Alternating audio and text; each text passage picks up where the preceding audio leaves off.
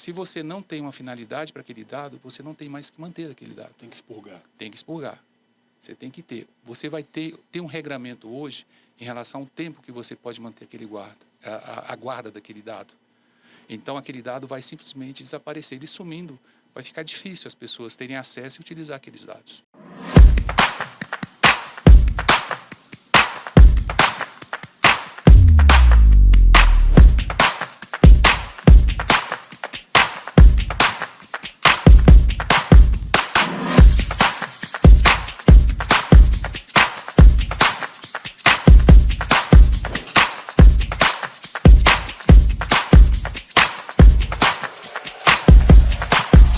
Olá!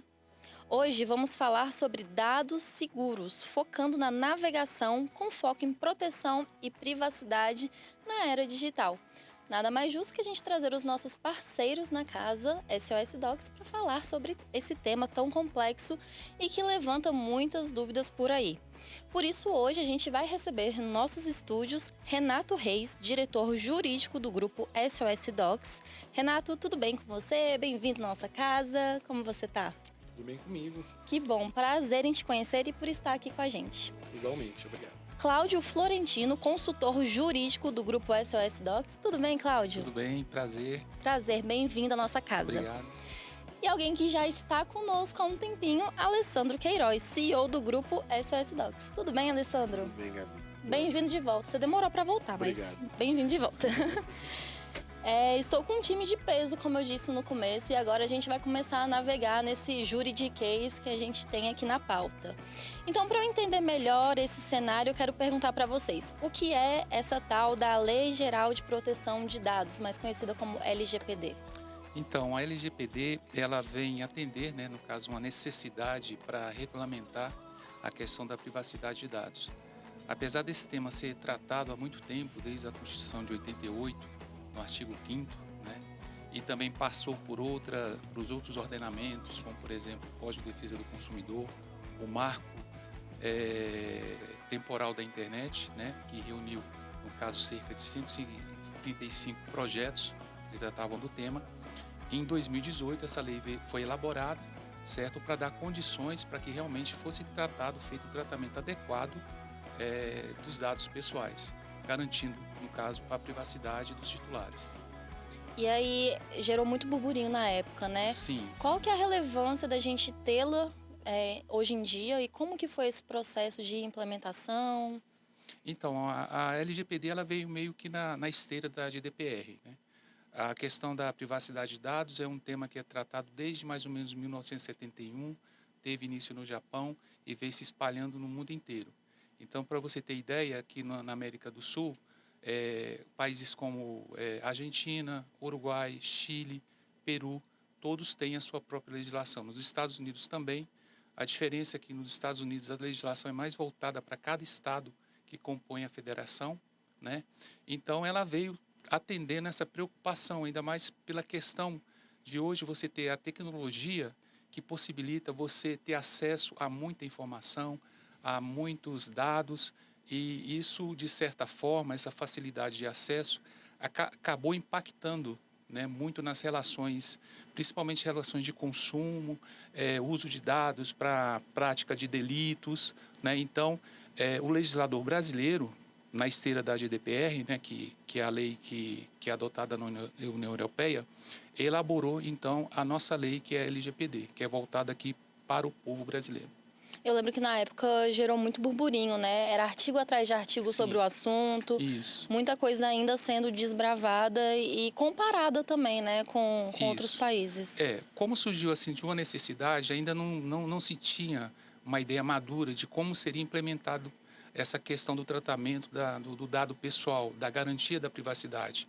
Tinha aquele marco na Constituição, no artigo 5º, que é um direito fundamental, mas ainda não havia sido feita, como a gente diz assim em termos jurídicos, a regulamentação. Então você tinha um direito, mas você não tinha como exercer aquele direito, não tinha como exercer aquela sua garantia, Então, nessa questão da GDPR, o Brasil foi meio que é intimado também a elaborar a sua própria legislação. E demorou um pouquinho, né, Demorou. comparado. Isso. Demorou um pouquinho. Houve um prazo, foi fixado um prazo, né, de 2 anos após a promulgação da lei, que aconteceu em 2018, certo, para ela entrar em vigor, que foram 24 meses, mas de fato ela começou a ser aplicada a partir de setembro de 2021. Então ela ainda é muito recente, as empresas estão se adaptando, né, e no caso a nossa empresa está bem à frente nesse ponto, né, e assim, de um modo geral, é uma lei que abrange todos que trabalham, que necessitam fazer coleta e tratamento de dado pessoal.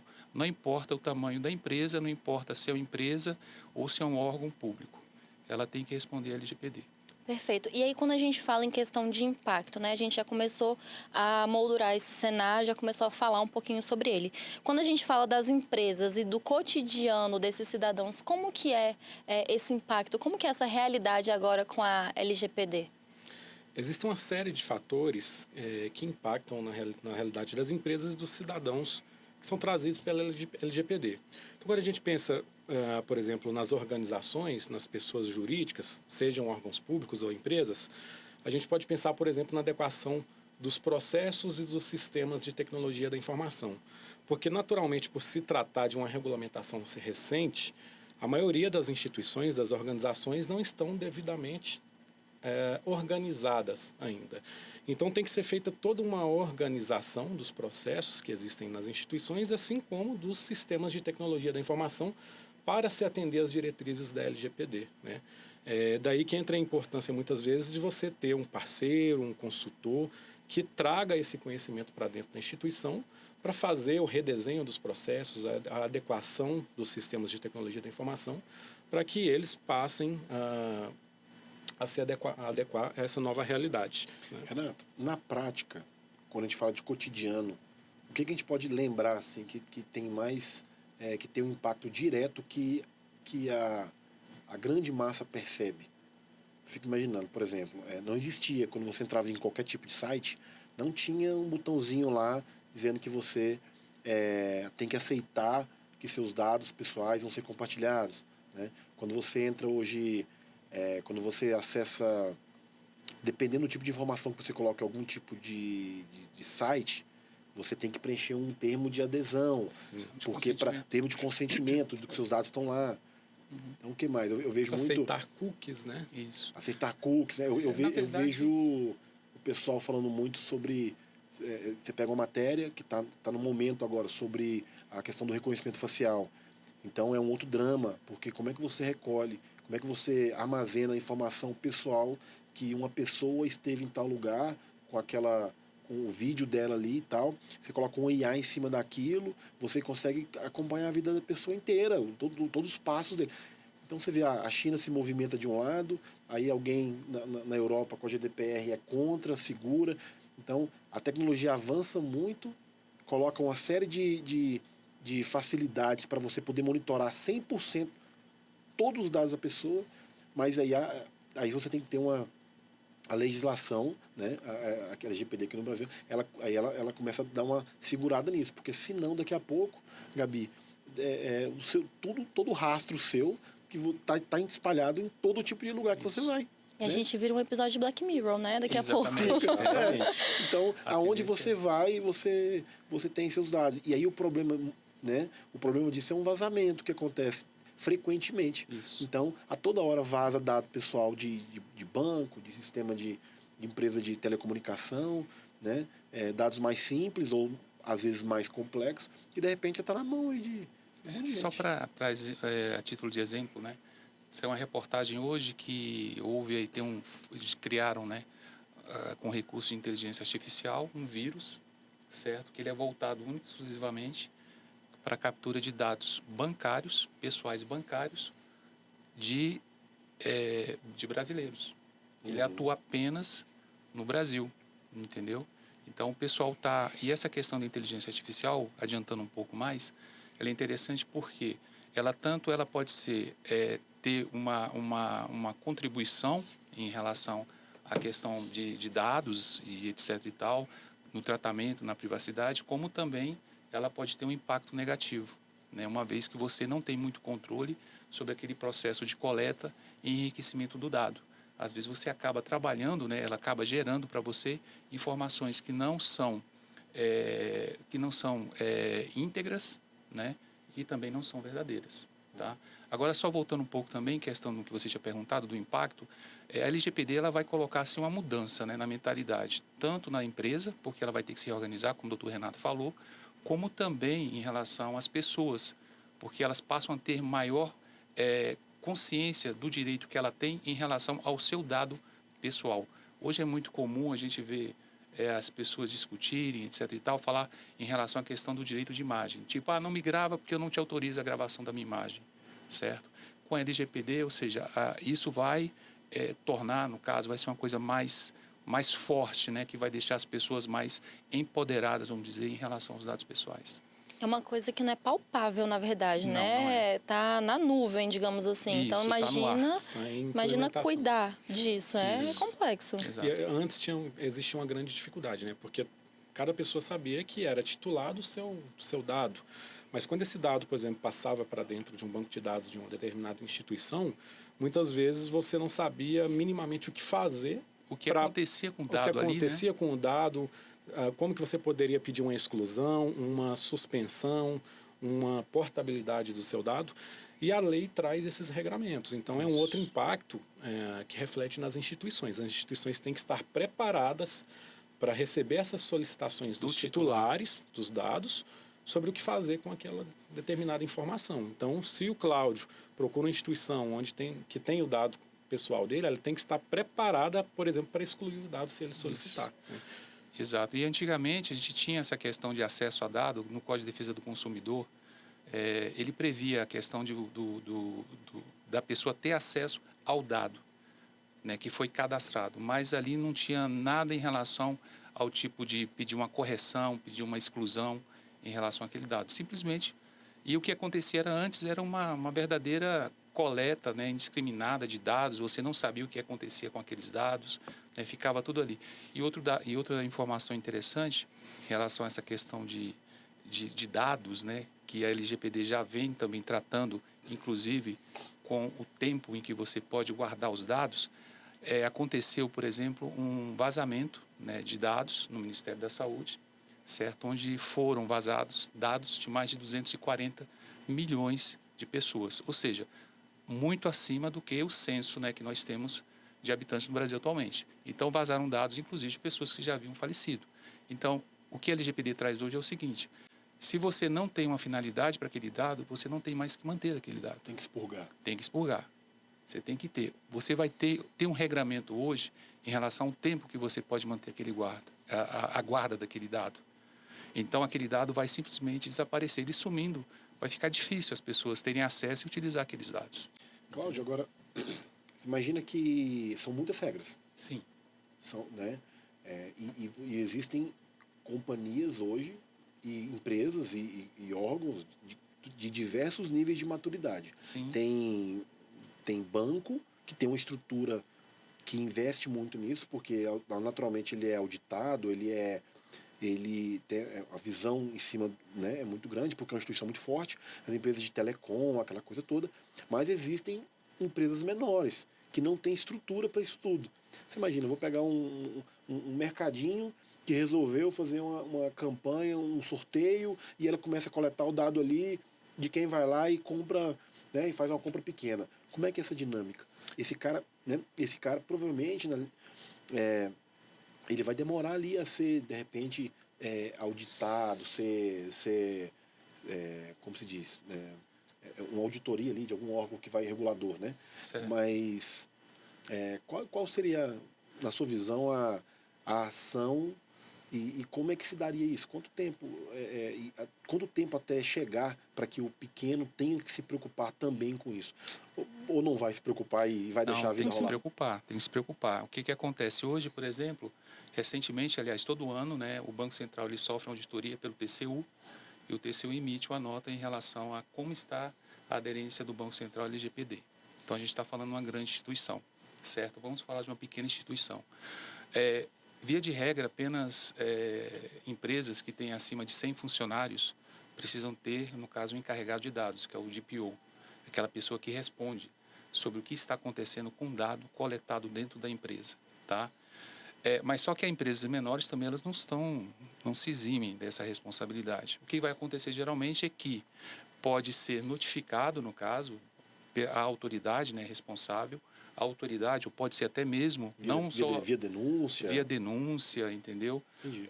Não só a autoridade nacional, mas qualquer outro tipo de autoridade que tenha poder investigativo, como o Ministério Público, certo? Para poder fazer, pode ser acionado para poder fazer a apuração. A diferença é que empresas que têm acima de 100 funcionários têm uma pessoa responsável, que é um ponto focal de contato, né, que é o encarregado de dados.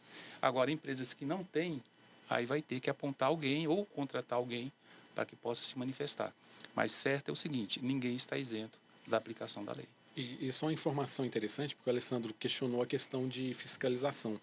A LGPD ela criou uma nova autoridade, um novo órgão, na verdade, que é a Autoridade Nacional de Proteção de Dados, a ANDP. Então, assim como existe a Anatel para a área de telecomunicações, agora existe uma autarquia especial denominada ANDP, que atua especificamente na fiscalização do cumprimento da LGPD. Então, todo mundo está abaixo da ANDP a título de fiscalização. Então imagino que eles vão, né, começa ali pelas maiores empresas e alguma hora no nível de maturidade deles ali, começa isso vai escalando e descendo né, o nível. Exatamente. Queria pegar a resposta do Dr. Renato e fazer um gancho com a Gabriela também em relação, por exemplo, à autoridade nacional. Essa questão da LGPD ainda não está muito maduro, né? Tanto é que algumas questões, como foi no início em relação à Anatel, quando ela foi criada, né, em 1998, certo? Que eram abertas consultas públicas para que representantes da sociedade, representantes de empresas, debatessem algumas questões. O ano passado, por exemplo, houve uma consulta pública onde foi debatida a questão de como é feita a identificação, a análise de risco aos dados pessoais, né? Então, essa questão, por exemplo, esse ponto da legislação aplicada à privacidade ainda não está esgotado.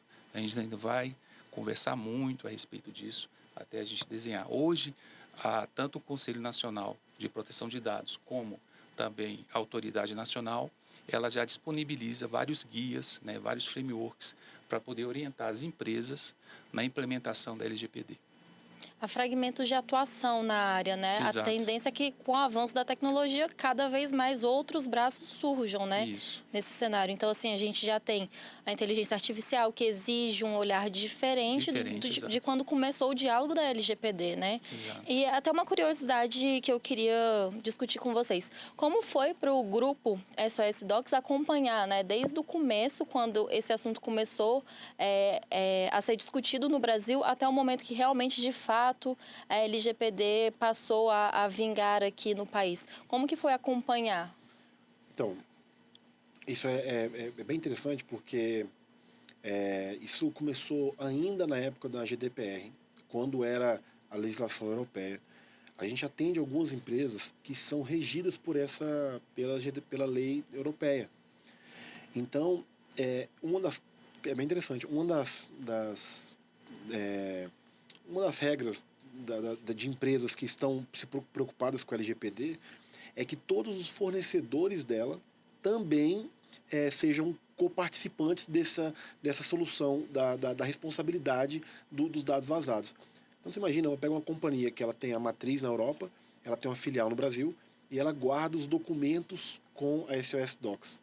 Então a gente tem a documentação guardada, por exemplo, do próprio colaborador dessa empresa e, por exemplo, dos clientes finais dessa empresa. Então, à medida que ela tem que atender a legislação europeia, ela, lá atrás, ela já começou a colocar a SOS dentro, sendo participante dessa responsabilidade toda. E aí a coisa foi acontecendo. Quando a LGPD veio, isso ficou mais forte, porque daí, tanto as empresas privadas quanto os órgãos públicos passaram a incluir dentro da sua minuta de contrato, editais também, né? Nos editais de contratação, Isso. de que a empresa se responsabilizasse pelos dados, vazamento. E ali tinha umas 4 folhas ali de requisitos, né? E de compromissos e de obrigações que a gente tem que também fazer. Então, o início foi muito assim, a SOS sendo demandada e assumindo obrigações dos nossos fornecedores, né? Dos nossos clientes. E posteriormente, daí isso começou a mudar um pouco. Daí a gente começou já a própria SOS ter que se adequar à LGPD. Daí a gente entrou para toda a gente começou a desenvolver uma série de recursos do nosso software de gestão documental para atender a LGPD. Né? Então, por exemplo, hoje um colaborador nosso, se eu faço a guarda dos documentos de um dossiê de um funcionário, está lá, doutor Renato Reis, um colaborador nosso que não tem autorização, ele não pode ver determinados metadados. Ele não pode, por exemplo, conhecer a data de nascimento do Renato, não pode conhecer o endereço do Renato. Então, existem alguns níveis de segurança que são implantados no sistema para poder atender a LGPD. Então, já olhando mais para o nosso cliente final quando a LGPD veio mais forte. Então, isso são alguns pontos. Posteriormente, quando a gente vai tratar um pouco mais de soluções de automação de processo, para você poder estancar a geração de papel, imagina que a gente tem uma solução, por exemplo, que ela está atuando, ela está implantada em pouco mais de 500 escolas. Essa solução, ela armazena documentos de matrículas de aluno. Então lá eu tenho o nome da pessoa, o endereço do aluno, o nome do pai, o nome da mãe, o CPF do cara, eu tenho todos esses dados. Então a gente tem que, assim, nesse viés, a gente teve que se preocupar com isso, a gente teve que ter um profissional voltado exclusivamente para isso dentro do grupo, que inclusive é o Cláudio, né? Então a gente teve que desenvolver uma série de recursos na ferramenta para que seja possível, se um pai diz, eu quero, ou um aluno, eu quero que expurgue todos os meus dados do seu sistema, a gente tem que ter ferramenta e mecanismo para isso.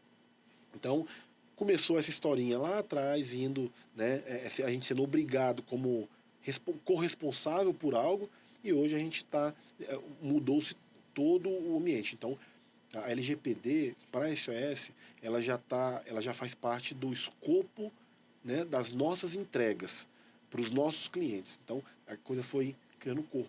É um diálogo natural agora, né? Passa a ser um diálogo natural, porque algo que é obrigatório. Não é obrigatório, né? Então, assim, é toda uma historinha que, né, faz parte, foi por aí, né? Então, só pegando esse gancho do Alessandro, então a gente tem um projeto, né, que nasce, né, para ser um projeto de tecnologia, né, que nasce na área de projetos, certo? Passa aqui pelo DPO para poder fazer essa análise em relação à parte da LGPD e ter a chancela do jurídico, né, que é responsável pela parte de compliance. Então, é algo que realmente já está inserido ali dentro do nosso processo de trabalho, o atendimento à LGPD.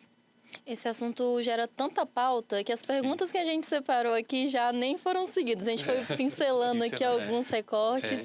Isso que é interessante. Que vai mudando de acordo com o cenário que você está analisando. Né? Exatamente, mas isso que é legal da gente trazer uma pauta tão rica como essa. Mas seguindo nosso roteirozinho, eu queria perguntar para vocês como os dados pessoais são utilizados e quais são as consequências desse uso indevido, né? A gente já criou uma contextualização aqui bacana, mas acho que é interessante a gente aprofundar um pouquinho mais para quem está assistindo entender melhor o que a gente está discutindo. Os dados pessoais, eles são utilizados praticamente em todas as áreas de uma instituição hoje em dia, né? Até porque quase tudo é informatizado. Mas quando a gente vai pensar numa realidade de empresa, eles podem ser utilizados, por exemplo, para personalização de serviços. E eu sempre lembro daquele exemplo que todo mundo conhece, de você pesquisar por algo e pouco depois, no site, na rede social, o serviço ser ofertado para você, né, o produto ou serviço. Naturalmente é porque houve uma coleta de algo que você fez, você foi identificado e aquilo foi personalizado para uma oferta posterior para você. Então, campanhas de marketing, melhorias de produtos, decisões empresariais, a área de compliance tem que tratar dados para poder realizar os seus procedimentos. A área de RH também, né, tem que tratar dados para poder fazer um recrutamento eficiente. Então, praticamente todas as áreas da empresa hoje em dia têm que utilizar os dados pessoais dos titulares para poder executar as suas atividades. E, naturalmente, isso é legítimo, mas tem que ser feito dentro dos estritos ditames que são traçados pela lei. E como consequências de um uso indevido, existem duas facetas, juridicamente falando. Se o uso indevido ocorre por um agente de tratamento, existem as consequências que estão na LGPD, e quando eu falo de agente de tratamento, porque a LGPD conceitua o controlador e o operador de dados, né? Então, quem coleta os dados, a empresa que coleta os dados, ela é a controladora do dado, e pode ser que ela terceirize essa operação. Então, teria um terceiro também como operador, ou ela própria pode ser também a operadora. Dentro desse contexto, a LGPD traz consequências pesadas, desde uma advertência até uma multa de R$50 milhões por incidente. E quando não se trata de um controlador, aliás, de um agente de tratamento, existe uma outra faceta, que é aquela situação, por exemplo, houve um vazamento de dados, o Cláudio não era um agente de tratamento, mas teve acesso a esse banco de dados vazado. Ele poderia utilizar esse dado para alguma atividade ilícita, indevida. Ele vai ser responsabilizado? Vai. Pode ser responsabilizado? Pode, mas não pela LGPD, porque ele não é um agente de tratamento. Mas a nossa legislação ainda assim resguarda punições pesadas em níveis civil, administrativo e penais, né? Então, o que não você quer lembra dizer... aí, Renato? O que você lembra da mídia aí, nos últimos anos aí, que foi algo relevante, no sentido muito de uma... recorrente. Um caso relevante? Não, algo relevante que saiu na mídia, que alguém não cumpriu a LGPD e tomou algum tipo de punição. Bom, Você então, lembra de alguma? eu lembro de uma empresa, grande empresa de varejo. Sem falar o nome da empresa. Né? De uma grande empresa de varejo dessas online, uma das maiores do país, que teve um vazamento enorme, né, de milhões de dados pessoais, que acabou sendo enquadrada nessa situação. Uhum. E tem um caso que está mais fresco na minha memória, que é dessa semana. Não se trata efetivamente de uma punição, mas uma big tech dessas aí de redes sociais estava realizando o tratamento de dados pessoais para treinar a IA. E saiu uma decisão na semana passada da Agência Nacional, né, saiu em todos os noticiários, proibindo ela cautelarmente, cautelarmente que ela continuasse fazendo isso. Porque visualizaram uma série de riscos dentro do que ela estava fazendo que infringiriam a LGPD. Por exemplo, riscos para crianças e adolescentes. Isso, né? E existe um capítulo especificamente para crianças e adolescentes dentro da LGPD. Então, houve essa suspensão cautelar. É um caso bem emblemático. Tem nenhuma semana que saiu, né? Não tem nenhuma semana. Exatamente. É interessante, assim, porque a gente acha que não acontece, mas acontece demais, né? A todo instante. A todo instante. Vocês têm uma ideia de dados, assim, de quantos, na verdade, vazamentos de dados o Brasil sofre anualmente? Eu posso te falar que o Brasil, na América, né, Norte... né, a América como um todo, o Brasil está em primeiro lugar. É mesmo? Isso, em questão de vazamentos. Que perigo. Principalmente porque pelo uso, né, também das plataformas, né? Está muito acessível plataformas sociais, né? O pessoal gosta muito de utilizar e compartilha muita informação por meio dessas plataformas. E o pessoal está ali só olhando, né? Só pegando. Eu posso dar até um exemplo de algo que está acontecendo no estado da Federação, assim, que é uma coisa muito grave, sabe? Que as pessoas devem ter cuidado. Sabemos que hoje é muito comum a gente ter aplicativo de relacionamento, certo? Então, o que as pessoas estão fazendo? Elas estão colhendo informações de terceiros, montando perfil falso em aplicativo de relacionamentos, marcando encontro e, a partir dali, cárcere privado, extorsão e até assassinato. Meu Deus. Quer dizer, assim, isso tudo inicia num vazamento de dado pessoal de alguma empresa. Isso. Né? E aí depois culmina num crime. Exato. Porque isso é um ato criminoso, né? Exato. Exatamente. Aí você pensa assim, a questão do dado pessoal está muito voltada, porque a gente sempre pensa na questão no relacionamento econômico, né? Mas não só nisso, extrapola, né? Por exemplo, a gente tem lá, há pouco tempo, né, proibição do uso do TikTok nos Estados Unidos, né? O que eles alegam para poder proibir o uso dessa ferramenta é que a ferramenta estava coletando dados, né? A gente teve também, algum tempo atrás, também nos Estados Unidos, o uso de dados pessoais, né, que foram utilizados para poder influenciar, pelo menos dizem, né, não tenho certeza, a eleição americana, né? Ou seja, a busca de dados, né, a coleta de dados, ela acontece a todo instante.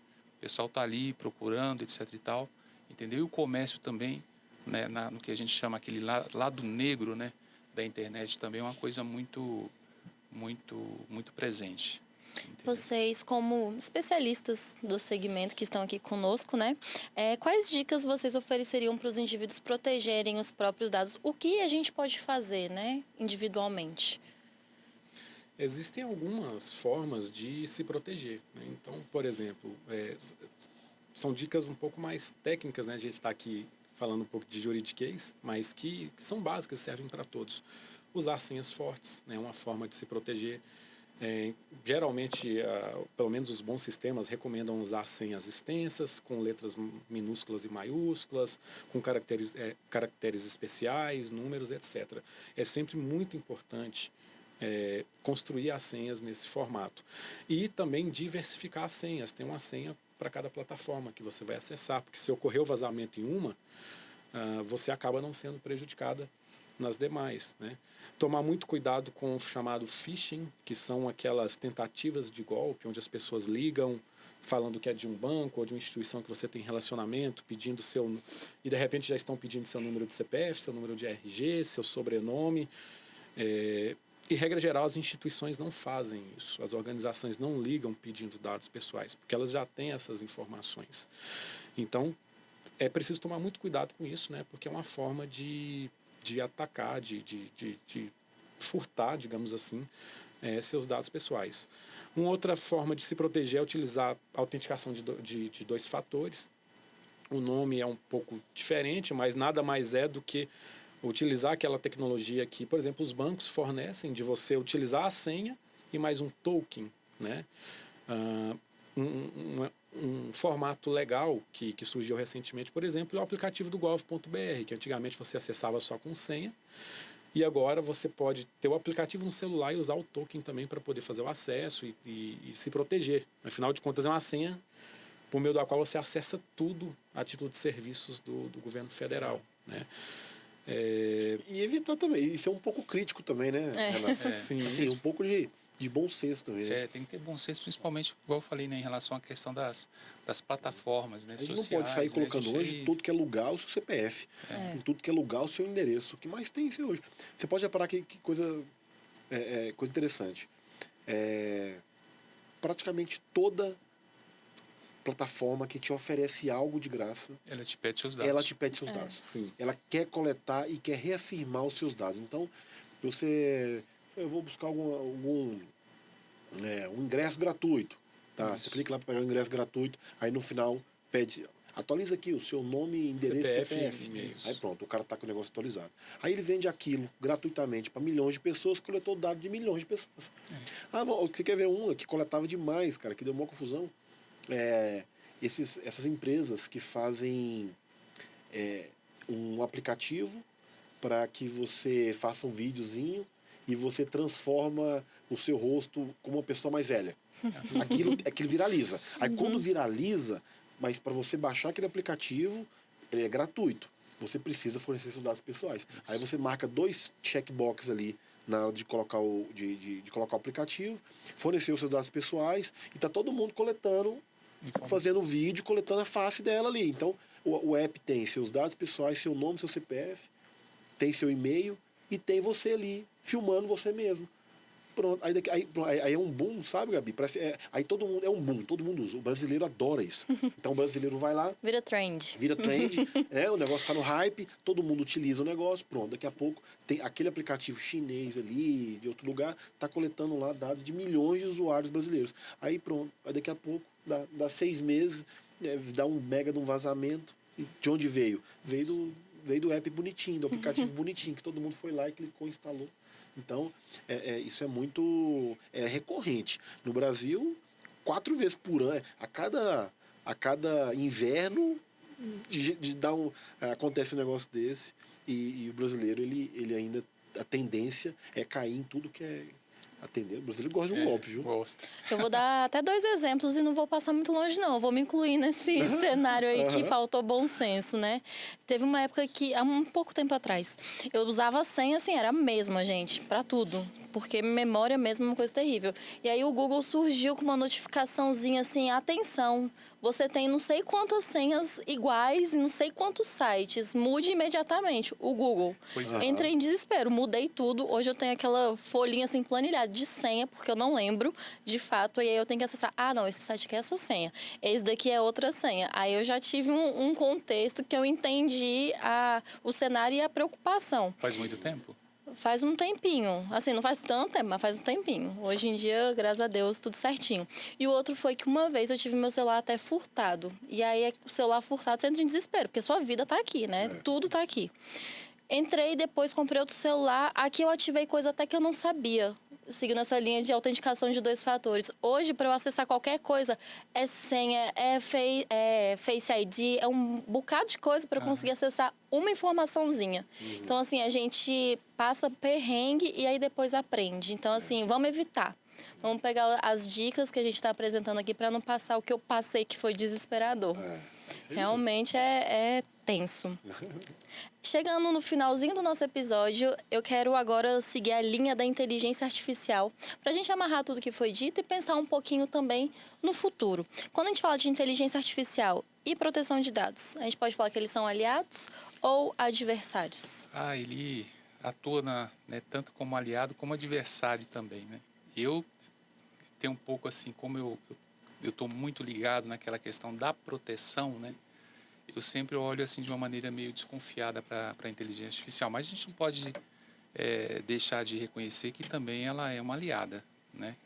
O problema da inteligência artificial, eu vou falar pelo lado negativo, o Renato fala pelo lado positivo, tá? Aqui um debate aqui de 2 advogados. É o seguinte, é a forma como é feita a coleta, né? Não existe você não sabe como é feita essa coleta. Você tem um algoritmo que você criou, né? Que você pode ter testado ele inicialmente, e esse algoritmo ele foi se desenvolvendo, se autotestando, etc. e tal, e pode fazer uma coleta indiscriminada de dados para poder fazer enriquecimento de dados, entendeu? E no final você não tem realmente a certeza daquilo que foi produzido, certo? Se aquele dado, aquela informação realmente é uma informação confiável, íntegra, né? Então, de repente, no processo de coleta, ele pega o meu nome, aí vai lá, acessa uma outra base de dados, faz uma certa análise lá e pega um CPF que é do Renato e não sei o que, coisa e tal. Então, acaba gerando, né, aquele dado, estou dando um exemplo assim meio forçado, tá? Só para poder entender, mas acaba gerando um dado que realmente não é um dado consistente. Então, nesse ponto, que eu acho que é em relação à questão da integridade do dado e da informação que é gerada, que não seria bacana, que não seria legal. Outro ponto também é o uso da inteligência artificial, certo? Para você desenvolver, né, vírus. O tempo que a inteligência artificial utiliza, no caso, para poder criar, adaptar e mudar um vírus é muito maior, né? Vírus voltado até mesmo para violação, né? E a obtenção de dados de maneira ilícita é muito maior do que o tempo que a pessoa consegue criar, no caso, uma solução para aquele vírus, né? Tanto é que aquilo que eu comentei no início, né? Que foi criado um vírus aqui único, exclusivamente voltado para atacar contas bancárias de brasileiros, certo? Então, criado por inteligência artificial. Então, esse é o ponto assim que eu acho que a gente tem que ter um pouco de cuidado, né? Porque até é discutido na Europa, nos Estados Unidos, qual é o limite da inteligência artificial, até onde a gente pode deixar ela ir, qual a autonomia dela. Então, quando se fala em inteligência artificial voltada para dados, a minha preocupação é essa. Eu concordo que ela pode tanto ter um efeito positivo quanto um efeito negativo na questão da proteção, da privacidade de dados, né? Eu enxergo a inteligência artificial da seguinte forma: ela é uma tecnologia construída, digamos que ela é autoexplicativa, é uma inteligência assim como nós compreendemos o que é inteligência, assim como nós somos capazes de executar determinadas tarefas. Então, da mesma forma que ela pode ser usada para fazer o bem, ela também pode ser utilizada para fazer o mal. Então, é uma tecnologia que não tem volta e acredito, então, que ela tem que ser utilizada ao máximo no sentido de proteger os dados pessoais. Porque com certeza também haverão aqueles que são ruins usando ela para poder realizar ataques, desviar dados e etc. Então, uma coisa, por exemplo, que ela, assim como o Cláudio falou, que ela pode ser utilizada para construir um vírus de forma muito rápida, para poder tentar obter dados pessoais de forma indevida, ela também poderia ser utilizada em sistemas de automação para proteção de um servidor, por exemplo, onde os dados pessoais estão guardados. Né? Ficar tentando encontrar brechas. Ela fica monitorando, encontrando, exatamente, identificando anomalias. Isso. E ela pode fazer isso de forma muito mais rápida, por exemplo, do que um analista, né? Porque ela, enfim, o limite dela é quase que infinito. Então, acredito eu que o foco em cima da inteligência artificial tem que ser em aprimorar ela para defender os dados pessoais, para o bem, porque o mal, naturalmente e infelizmente, já estão usando. usando. Deixa eu dar uma contribuição para essa pergunta, bem interessante. Isso é inclusive um spoiler que a gente tem de algo que está sendo construído. A SOS é um grupo, né? A gente já discutiu esse tema aqui, já apresentamos aqui alguns pontos, algumas verticais da SOS. Recentemente, nesse primeiro semestre, nós estamos construindo uma startup. Essa startup nossa, ela é voltada para a inteligência artificial e como o nosso negócio ele envolve a gestão principalmente a gestão da informação, né? Essa startup ela tem um foco em um produto específico nesse primeiro momento voltado para a anonimização de dados. Então, essa anonimização de dados, Gabi, nada mais é do que você ter um documento onde ele tenha, por exemplo, uma série de dados pessoais um documento físico ou digital. Então, esse produto nosso, dessa startup, ela, com o uso de inteligência artificial, a gente consegue anonimizar os dados. Então, eu passo a ter um documento original, onde ele tem ali todos os dados brutos e expostos, e eu tenho um outro documento derivado dele, onde toda a informação que ela que ela é de dado sensível, ela é anonimizada. Então a gente coloca cria-se um novo documento com uma tarja preta em cima deste documento, e a partir daí a gente utiliza inteligência artificial para tratar aquele dado anonimizado. Então, basicamente, o que a gente faz caso de aplicação, tá? Imagina que eu tenho todos os prontuários médico de pacientes de um grande hospital, ou de uma rede de hospitais, ou de uma secretaria de saúde. Eu tenho uma história ali dentro, em papel, né, em suporte físico, de 50 anos de história. Então, como eu faço para tratar aquele dado, para utilizar aquela informação para fins de análise, de estudo. Fazer uma divulgação de um estudo, né? Mas, porém, com os dados pessoais ali sensíveis, eu não posso fazer. Então, esse motor que a gente criou, essa startup que nós desenvolvemos, ela processa todo o documento que está nessa base, seja físico ou digital, e anonimiza esses dados sensíveis. Então, a gente tem sido bastante procurado, e a gente tem apresentado essa solução e tem tido muito engajamento. Então, você imagina que hoje, a gente já falou algumas vezes, que instituições federais hoje utilizam um sistema chamado SEI para tramitar documento eletrônico. Então, ele tem uma história, tem instituições que têm o SEI implantado há 5 anos, 10 anos. Enfim, e tem toda uma história. Tem instituições que têm sistemas de gestão documental com 50 anos de massa documental acumulada. E eles querem extrair aquela informação para utilizar o dado em si. Só que eu não posso utilizar esse dado se eu tenho dados sensíveis lá dentro. Porque, imagina, né, o vazamento, o risco de vazamento. Então, essa startup que nós criamos do grupo, esse tem sido o nosso foco, nosso objetivo. Anonimizar esses dados para que eles possam ser utilizados por instituições de estudo, de tomada de decisão, baseado no dado, blindando ali o que é dado sensível. Então, é só um spoiler Utiliza o conteúdo com dado pessoal anonimizado. Exatamente. Então, a gente passa a permitir que outras empresas né, e grupos de estudo e tudo mais tenham acesso sem ocasionar nenhum tipo de vazamento. Então, quando eu digo é um spoiler, é porque isso nos próximos 60 dias esse produto deve ser lançado no mercado.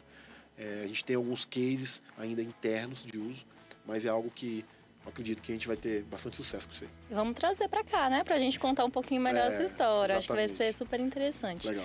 Pessoal, muito obrigada pela participação de vocês. É um assunto muito rico. A gente podia continuar aqui a tarde inteira falando. Com certeza renderia mais papos voltados ao segmento. Mas para quem quer encontrá-los, tem as redes sociais, tem o site. Recomendo bastante que façam, né, essa tratativa com vocês, especialistas do segmento. É muito importante. Então, se a gente plantou a sementinha da importância da proteção de dados, a gente já saiu aqui feliz e contente desse episódio. Então, muito obrigada e sejam bem-vindos à nossa casa. E volte mais vezes também, viu, Alessandro? Obrigado. Obrigada pela participação. Obrigado.